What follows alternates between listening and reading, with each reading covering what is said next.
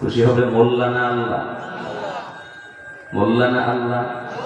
মোল্লারে খুশি করার জন্য বলবেন না আল্লাহকে খুশি করার জন্য বলবেন? ঠিক কিনা বলেন?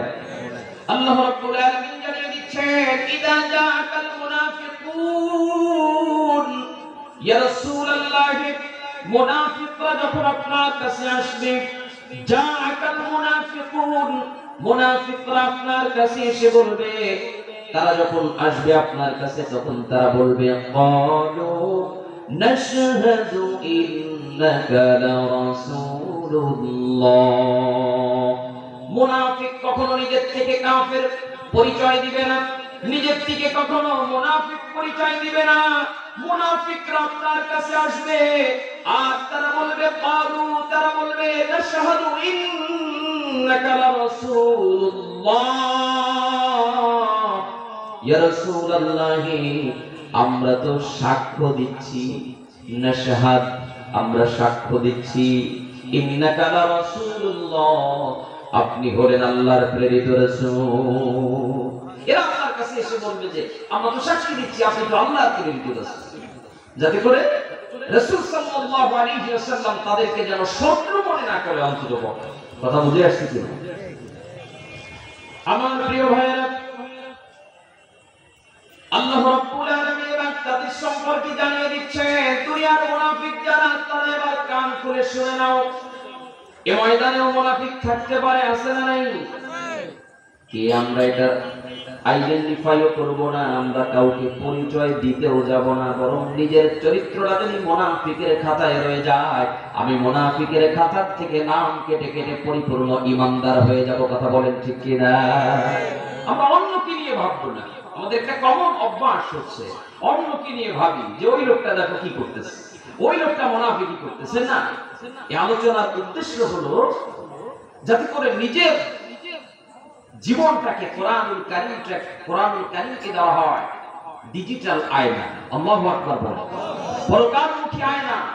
আমরা আয়নার সামনে, দুনিয়ার আয়নার সামনে দাঁড়ালে যেমন আমাদের চেহারাগুলো দেখতে পাই আয়নার সাহায্যে, কোরআনুল কারীমটা হচ্ছে আমাদের জীবনের ভুলগুলো ধরিয়ে দেওয়ার জন্য একটা আল্লাহ প্রদত্ত ডিজিটাল আয়না। সুবহানাল্লাহ বলেন।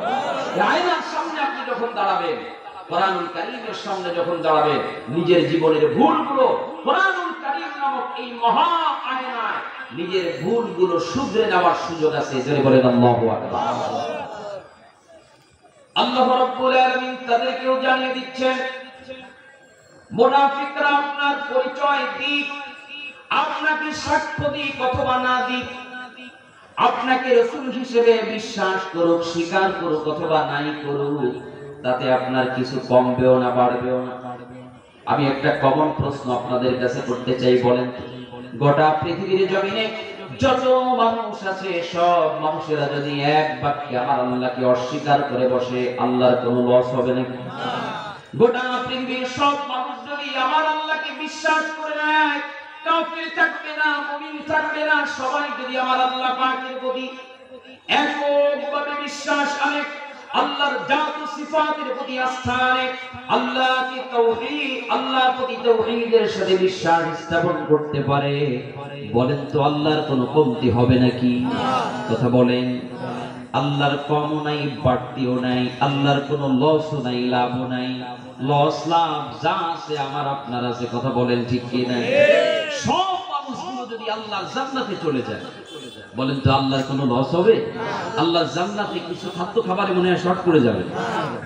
আমাদের বাড়িতে মেহমানের আয়োজন আছে 10 জনের, হঠাৎ করে 20 জন চলে আসলো, আমাদের খাবারে শর্ট পড়ে কিনা, কিছুটা বিব্রত হই কিনা আমরা?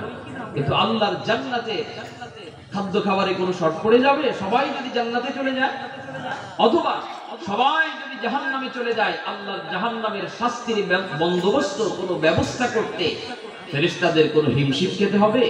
আল্লাহর ব্যবস্থা করতে কোনো কষ্ট হবে না। লাভ লস যা আছে আমার আপনার আছে। কথা বলেন ঠিক কি না? দুনিয়ার সব মানুষ যদি আমার রাসূলকে নেতা মানে, তাতে আমার রাসূলের লাভ হবে না। কেউ যদি আমার রাসূলকে নেতা নাও মানে, আমার রাসূলের কোনো লসও হবে না। লাভ লস যা আছে আমার আপনার আছে। আমরা যদি দুনিয়া অন্য কোনো মানুষকে নেতা বা আইডল মনে না করে একমাত্র বিশ্বনবী বিশ্ব নেতা মুস্তাফা মুহাম্মদুর রাসূলুল্লাহ সাল্লাল্লাহু আলাইহি ওয়াসাল্লামকে আমাদের জীবনের আদর্শ মেনে নিতে পারি, আমাদের জীবনের মহান নেতা হিসেবে নির্বাচন করে নিতে পারি, তার জীবন আদর্শ যদি আমাদের বাস্তব জীবনে প্রতিফলিত করতে পারি, তাহলে লাভবান হব আমরা, লস কারো হবে না। কথা বলেন ঠিক কি? আমরা না করতে পারলে সেটা আমাদের জন্য লস। এবার মুনাফিকরা কি করে দেখেন, মুনাফিকরা এসে যেন আল্লাহর নবী তাদেরকে মুনাফিক মনে না করে, এজন্য রসুলের সামনে একটু ভালো সাজার জন্য, রসুলকে একটু খুশি করার জন্য রসুলের সামনে এসে তারা বলে, হে মুহাম্মদ সাল্লাল্লাহু আলাইহি ওয়াসাল্লাম, আমরা তো তোমাকে রসুল হিসেবে বিশ্বাস করি। বলেন তো এটা মুখের না অন্তরের? কথা বলেন, মুখে, এটা অন্তরের না, কারণ তারা কি মুনাফিক। আমার প্রিয় ভাইয়েরা,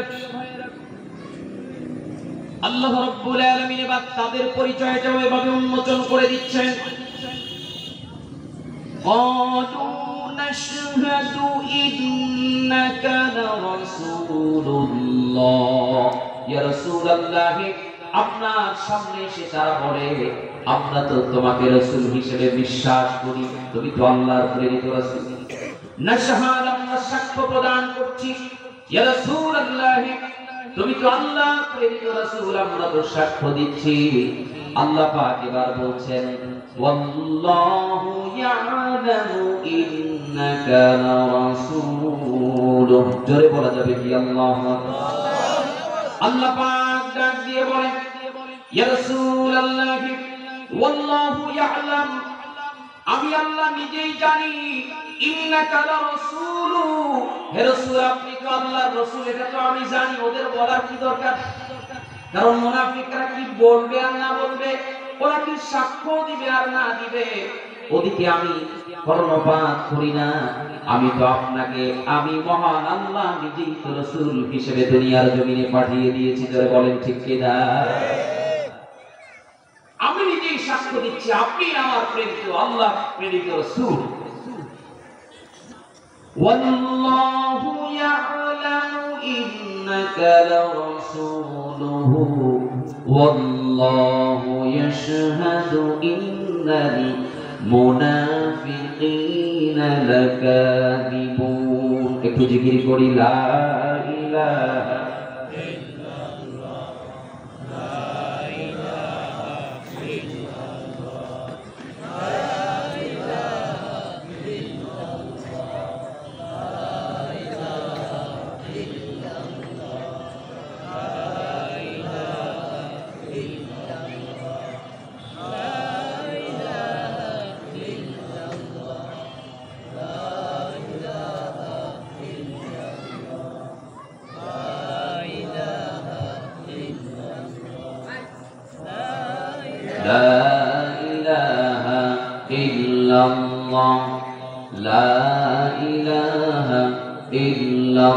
কষ্ট হচ্ছে আপনাদের?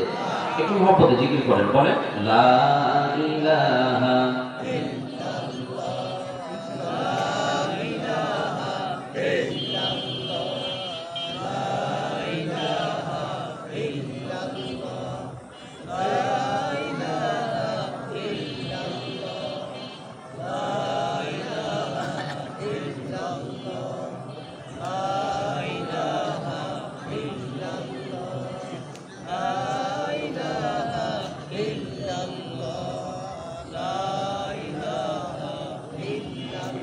لا إله إلا الله محمد رسول الله لا إله إلا الله محمد رسول الله কোনো খালিক নেই তুমি ছাড়া, কোনো মালিক নেই তুমি ছাড়া, আছে নাকি?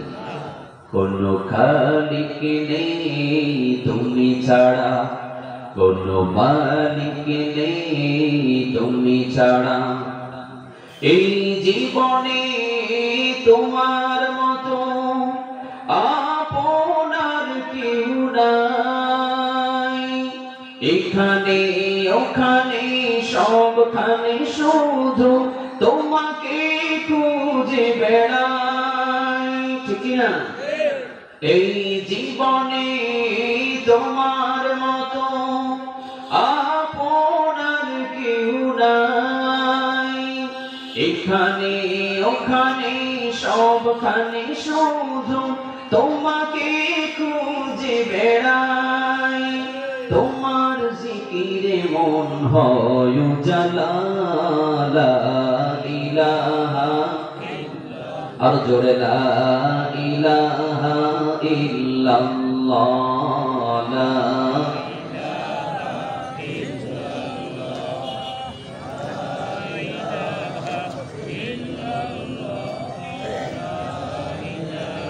লা ইলাহা ইল্লাল্লাহ মুহাম্মাদুর রাসূলুল্লাহ, লা ইলাহা ইল্লাল্লাহ মুহাম্মাদুর রাসূলুল্লাহ সাল্লাল্লাহু। আমার প্রিয় ভাইরা, আল্লাহ রাব্বুল আলামিন এবার মুনাফিকদের ব্যাপারে আল্লাহর নবীকে সাক্ষ্য দিচ্ছেন। ইতিপূর্বে মুনাফিকরা এসে আল্লাহর নবীকে সাক্ষ্য দিয়েছিল, ক্বালু নাশহাদু ইন্নাকা লারাসূলুল্লাহ, ইয়া রাসূলুল্লাহ আমরা সাক্ষ্য দিচ্ছি আপনি আল্লাহর প্রেরিত রাসূল।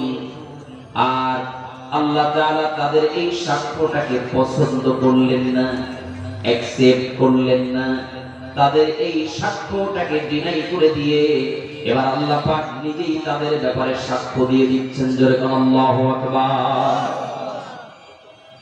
ওয়াল্লাহু ইয়াশহাদু ইন্নাল মুনাফিকিনা লাকাযিবুন।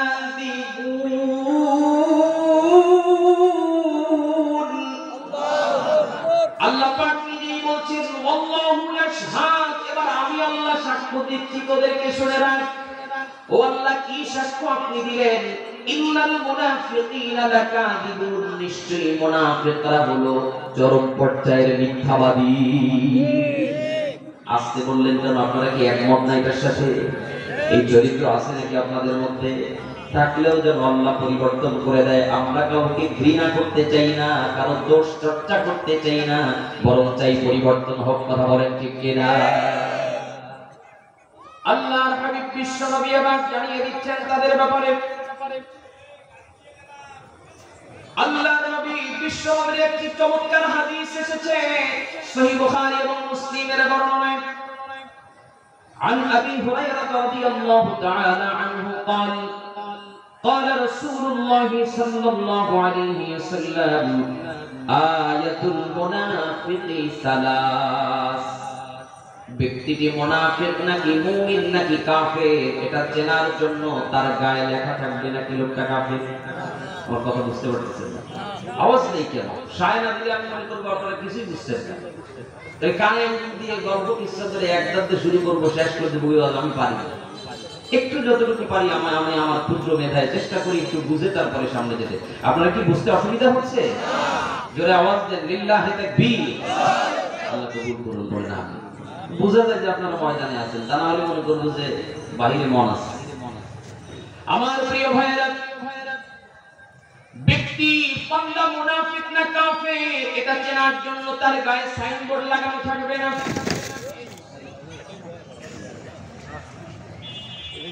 আমি যদি মুমিন হই, আমি যদি মুসলমান হই, আমার গায়ে মুসলমান সাইনবোর্ড লিখে দেওয়ার কোনো প্রয়োজন নাই। কথা বলেন ঠিক কিনা? আমি কাফের এটাও আমার বুকে লিখে দেওয়ার কোনো প্রয়োজন নাই। আমি মুনাফিক এটা আমার সাইনবোর্ড, আমি আমার লেবাস দিয়ে বোঝা যাবে না। কথা বলেন ঠিক কিনা? কিন্তু আমি মুসলমান, আমি একজন মুমিন নাকি আমি কাফের নাকি আমি মুনাফিক এটা পরিচয় পাওয়ার জন্য কিছু লক্ষণ বা কিছু আলামত আছে না নাই? আল্লাহর হাবিব বিশ্বনবী আমার আলামত দিয়ে দিচ্ছেন যারা মুনাফিক হবে। সেই বুখারী এবং মুসলিমের বর্ণনা এসেছে। আবু হুরায়রা রাদিয়াল্লাহু তাআলা আনহু বলেন, আল্লাহর নবী বিশ্বনবী আমার বলেন, আয়াতুল মুনাফিকি সালাস, মুনাফিকের আলামত হলো তিনটি। জোরে বলেন কয়টা? এক নম্বরে হলো ইদা হাদ্দাসা কাযিবা। যে ব্যক্তি মুনাফিকের এক নম্বর বৈশিষ্ট্য হলো লোকটা যখন কথা বলে তখন কথায় মিথ্যা বলে, সত্যের গন্ধ পাওয়া যায় না। 10টা কথা বললে 5টাই মিথ্যা আর 5টা সত্য পাওয়া মুশকিল হয়ে যায়। আবার যখন কাউকে ওয়াদা করে, মিথ্যা ওয়াদা করে, আল্লাহর নবী বিশ্ব নবী আমার বলেন ওয়াইদা ওয়াদা আখলাফা। যে ব্যক্তি ওয়াদা করে এবং ভঙ্গ করে, ওয়াদাটা পরিপূর্ণভাবে পালন করে না। টাকা পাবো আমি, জিজ্ঞেস করলাম ভাই কবে টাকা দিবেন, এই তো আগামী শনিবার। আগামী শনিবার যখন তার কাছে টাকা চাওয়া হয়, বলে আমি তো বলেছি শনিবার, আগামী শনিবার। আগামী শনিবার তো আরো একটা আসতেছে সামনে, আছে না? আগামী শনিবার যখন আবার চলে যা টাকা আনতে গিয়ে পাওনা টাকা, আবার কেউ হয়তো বা ধার দিয়েছে কর্জে হাসানা, উপকার করতে গিয়ে এমন মাইন্ডটা চিপায় পড়ে যায়, জীবনে আর কোনোদিন কর্জে হাসানা সবের নিয়তে দেওয়ার মন মানসিকতা থাকে না। কথা বলেন ঠিক কি? উপকার করেছে, সেই ধারের টাকা আনতে আনতে জুতা স্যান্ডেল ক্ষয় হয়ে যায়, আসে না? না আসতে বললেন কেন? এরকম কি নাই? ওয়াইদা ওয়াদাল আখলাফা। যে ব্যক্তি ওয়াদা করে কিন্তু ওয়াদা সে পূরণ করে না, ওয়াদা পর খেলাফ করে, ওয়াদাকে খেলাফ করে পড়ে। 3 নম্বর বৈশিষ্ট্য হলো ওয়াইদা তুমিনা খানা। যদি তার কাছে কোনো আমানত রাখা হয় তাহলে সেই আমানতটাকেও সে সঠিকভাবে রক্ষা করে না, আমানতের খেয়ানত করে দেয়। এমন বড় বুজুর্গ আছে না নাই? সামনেই আসতেছে সে বুজুর্গের কথা। আল্লাহর হাবিব বিশ্বনবী আমার জনাবে মুহাম্মদুর রাসূলুল্লাহ সাল্লাল্লাহু আলাইহি ওয়াসাল্লাম দ্বীনের দাওয়াতের জন্য যখন মক্কার অলিতে গলিতে প্রচার কার্য শুরু করে দিলেন, আল্লাহর নবীর একজন জলিলুল কদর সাহাবী হযরত আলী রাদিয়াল্লাহু তাআলা, আল্লাহর নবীর জলিলুল কদর সাহাবী এবং হুজুরের জামাতা অতি আদরের টুকরা, কলিজার টুকরা আলী। আল্লাহর নবীর এই সাহাবী যখন রাস্তা দিয়ে যাচ্ছেন, পথিমধ্যে রাস্তার মধ্যে দেখতে পেলেন একজন বড় বুজুর্গ দেখা যায়। বুজুর্গ লোকটা আর কেউ নয়, তিনি রাসূলুল্লাহর পিছনে নামাজ আদায় করে, আল্লাহর নবীর পিছনে নামাজ আদায় করে। এমন একজন বুজুর্গ ব্যক্তিকে দেখা যায়। আশ্চর্য হলেন না আলী রাস্তায় দেখে, কিন্তু আল্লাহর নবীর সাহাবী আলী রাদিয়াল্লাহু তাআলা আশ্চর্য হয়ে গেলেন। লোকটাকে যে দেখতে পাচ্ছি স্বাভাবিক অবস্থায় না। ওই বুজুর্গ লোকটাকে কাফেরদের সঙ্গে এতটা অন্তরঙ্গভাবে আলাপচারিতায় ব্যস্ত, মনে হয় যেন কাফেরদের একান্ত আপনজন কেউ হবে, আপন কোন বন্ধু বা ভাই কেউ হবে। আল্লাহর নবীর সাহাবী আলী রাদিয়াল্লাহু তাআলা কাফেরদের সঙ্গে এভাবে একান্ত মিলিত হতে দেখে আল্লাহর নবীর সাহাবী আলী রাদিয়াল্লাহু তাআলা দৌড়ে চলে গেলেন আল্লাহর নবীর দরবারে, গিয়ে বলছেন ইয়া রাসূলুল্লাহ, এমন একজন বুজুর্গ ব্যক্তিকে কাফেরদের সঙ্গে একান্ত গোপনে আলাপচারিতায় গোপন বৈঠকে দেখে আসলাম, যে নাকি আপনার পিছনে নামাজ আদায় করে, তার মুখে লম্বা দাড়ি আছে, তার মাথায় বড় পাগড়ি আছে, তার পরনে বড় জুব্বা আছে। ইয়া রাসূলুল্লাহ, আমি বারবার তার চেহারাটা মিলাতে চাইলাম, সে আসলে কি রাসূলুল্লাহর পিছনে নামাজ আদায় করে কিনা, আমার চোখে কি দেখতে ভুল হচ্ছে কিনা। হুজুর, আমি বারবার মিলাতে চাইলাম, যতবার আমি মিলিয়েছি আমি এবার ওবার শিওর হয়ে গেলাম এই লোকটা আপনার পিছনে নামাজ আদায় করে। কিন্তু হুজুর, আমি নাম জানি না, আমি তবে দেখলে চিনবো। আল্লাহর নবী বললেন, লোকটাকে যদি দেখলে চিনো, নাম জানার দরকার নাই। আল্লাহর নবীকে বললেন, ইয়া রাসূলুল্লাহ, আমি দেখলে চিনবো, নাম বলতে পারছি না। আল্লাহর নবী বললেন, অপেক্ষা করো আলী, এই যে নামাজের সময় আসতেছে, দেখি এই মুসল্লিদের ভিতরে ওই বুজুর্গকে পাওয়া যায় কিনা। আল্লাহর নবী অপেক্ষা করছেন, খুব বেশি লম্বা সময় ধরে অপেক্ষা করতে হলো না। অপেক্ষার অবসান ঘটিয়ে কিছুক্ষণের মধ্যে আল্লাহ নবীর দরবারে হেঁটে আসতেছে ওই বুজুর্গ ব্যক্তি।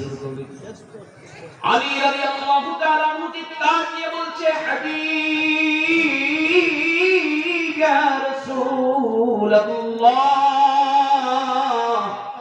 আর অপেক্ষা করতে হবে না। অপেক্ষার অবসান ঘটিয়ে দিল। যেই লোকটাকে কাফেরদের সঙ্গে একান্ত আলাপকারিতায় দেখে এসেছি, এই যে সেই লোক দেখা যায়। এই লোক আর কেউ না, এ হলো মুনাফিকদের সর্দার লিডার আব্দুল্লাহ বিন উবাই। আব্দুল্লাহ বিন উবাই যখন আল্লাহর নবীর দরবারে হেঁটে আসছে, আল্লাহর নবী বলছেন আব্দুল্লাহ বিন উবাইকে কাছে ডাকো। আব্দুল্লাহ বিন উবাইকে কাছে ডাকা হলো। ডেকে বলছে, আব্দুল্লাহ বিন উবাই, তোমার বিরুদ্ধে যে অভিযোগ করা হয়েছে, আমার সাহাবী আলী যে অভিযোগ করেছে, অভিযোগটা কি সত্য কিনা? আল্লাহর নবীর প্রশ্নের জবাবে আব্দুল্লাহ বিন উবাই যেন এখন আসমান থেকে বলল, কিছুই জানে না। ডাক দিয়ে বলছে, রাসূলুল্লাহ, আমি তো ওদের সাথে এমন গোপন আলাপকারিতা, এমন গোপন কোন সম্পর্কের বৈঠকে জড়িত হই নাই। তাহলে তোমার ব্যাপারে আলী যে অভিযোগ দিচ্ছে, এটাকে মিথ্যা অভিযোগ নাকি? আব্দুল্লাহ বিন উবাই বলছে, হলেও তো হতে পারে সে মিথ্যা অভিযোগ দিচ্ছে। নাউযুবিল্লাহ পড়েন। আল্লাহর নবী বিশ্বনবী আমার চিন্তায় বিভোর হয়ে গেলে, আমার সাহাবী আলী তো কখনো মিথ্যা বলতে পারে না।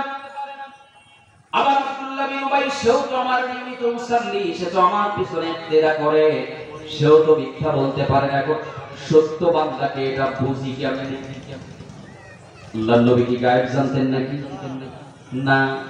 আল্লাহর নবী যখনই কোনো সমস্যার সম্মুখীন হয়ে যেতেন, সাথে সাথে অপেক্ষা করতেন আমার আল্লাহর পক্ষ থেকে কোনো ফয়সালা বা সমাধান আসে কিনা। জোরে বলেন আল্লাহু আকবার। আল্লাহ রাব্বুল আলামিন কথার সার্টিফাই কোরআন থেকে দিচ্ছেন, ওয়া ইয়ানতিকু আনিল হাওয়া ইন হুয়া ইল্লা ওয়াহয়ুন ইউহা। জোরে বলেন আল্লাহু আকবার। আমার নবী বিশ্বনবী, আমার নবী, আমার হাবিব, আমার দুষ্ট কোনদিন মিথ্যা বলেন না। মিথ্যা তো অনেক দূরের কথা, আমার হাবিব নিজের প্রবৃত্তি থেকে বাণীর কোন কথা বলেন না। ওয়া মা ইয়ানতিকু আনিল হাওয়া ইন হুয়া ইল্লা ওয়াহয়ুন ইউহা। আমার হাবিব যে কথাগুলো তিনি বলেন, এই কথাগুলো নিছক ওহীর কথা। এই কথাগুলো আমি আল্লাহর কথা। তিনি যা বলেন সেটা ওহীর কথা। ওহীর বাণীগুলো কেবলমাত্র আমার কথাগুলো, ওহীর কথাগুলো তোমাদের মাঝে তিনি প্রচার করে দেন। জোরে বলুন সুবহানাল্লাহ। লা ইলাহা ইল্লাল্লাহ, লা ইলাহা ইল্লাল্লাহ, লা ইলাহা ইল্লাল্লাহ,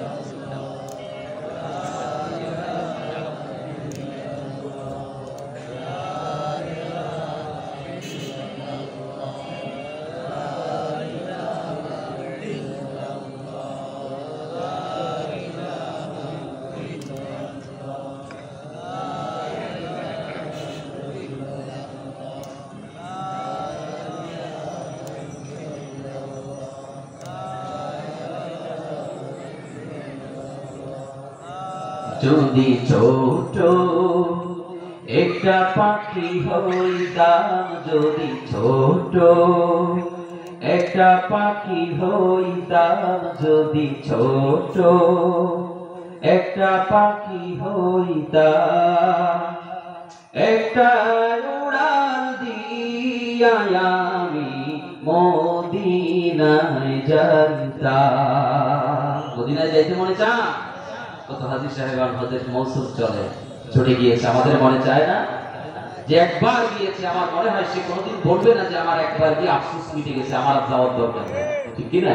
বরং একবার গেলে যাওয়ার আগে তার আগ্রহ উদ্দীপনা যত কম ছিল তার থেকে বহু গুণ বেড়ে যাবে। কথা বলেন ঠিক কিনা? দ্বিতীয়বার যখন যাবে, তৃতীয়বার যাওয়ার জন্য তার আবেগ আগ্রহ আরো বেশি কাজ করতে থাকবে, ঠিক কিনা? যদি ছোট একটা পাখি হইতাম, যদি ডানা ওয়ালা পাখি হইতাম, একটা উড়াল আমি মদিনায় যাইতাম। কাদের কাদের মনে চায় মদিনায় যেতে? লিল্লাহি তাকবীর। আল্লাহ কবুল করুক আমাদেরকে, বলেন আল্লাহুম্মা আমিন। যারা মোটে যায় না একবার হলেও যেন নসিব করেন, যারা একবার গিয়েছে বারবার কবুল করুন, বলেন আমিন। এদিকে সেদিকে ঘুরে বেড়াইতাম মেলিয়া ডানা, যেথায় পড়েছিল মামা নবীর কদম খানা। চরণ ধুলি চুমু খেতাম, চরণ ধুলি চুমু খেতাম, বুকের মাঝে জড়াইতাম আমি একটা উড়াল দিয়া আমি মদিনায় যাইতাম। একটা উড়াল দিয়া আমি মদিনায় যাইতাম। যদি ছোট একটা পাখি হইতাম, যদি ডানা ওয়ালা পাখি হইতাম, একটা উড়াল দিয়া আমি মদিনায় যাইতাম। একটা উড়াল দিয়া আমি মদিনায় যাইতাম। আল্লাহ যেন আমাদেরকে মদিনায় কবুল করেন, বলেন আমিন। আমার মনের ঘরেতে আমি রেখেছি জারি, দো জাহানের বাদশা নবী কমলিওয়ালা রে। শুধু মদিনা না, এবার বলেন মদিনা ওয়ালার পাগল আমরা হতে চাই কিনা? এবার বলেন মদিনা ওয়ালার আদর্শ আমরা বাস্তব জীবনে বাস্তবায়ন করতে চাই কিনা? শুধু আশিক বা পাগল হলেই হবে না, বরং তার আদর্শ বাস্তবায়নের দরকার আছে না? আমার মনের ঘরেতে আমি রেখেছি জারি, দো জাহানের বাদশা নবী কমলিওয়ালা রে, দো জাহানের বাদশা নবী কমলিওয়ালা রে। আমার দয়াল নবী রে, আমার মায়ার নবী রে, আমার দয়াল নবী রে, আমার মায়ার নবী রে, দো জাহানের বাদশা নবী কমলিওয়ালা রে, দো জাহানের বাদশা নবী কমলিওয়ালা রে। মোরা যদি ডানাওয়ালা পাখি হতাম, ওই মদিনা দেখার লাগি উড়ে যাইতাম, ঠিক না?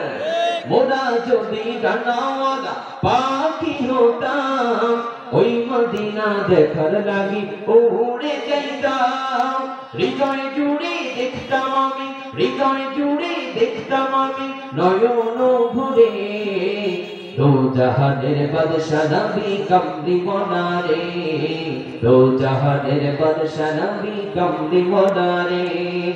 মনের ঘরেতে আমি রেখেছি জারি, দো জাহানের বাদশা নবী কমলিওয়ালা রে, দো জাহানের বাদশা নবী কমলিওয়ালা রে।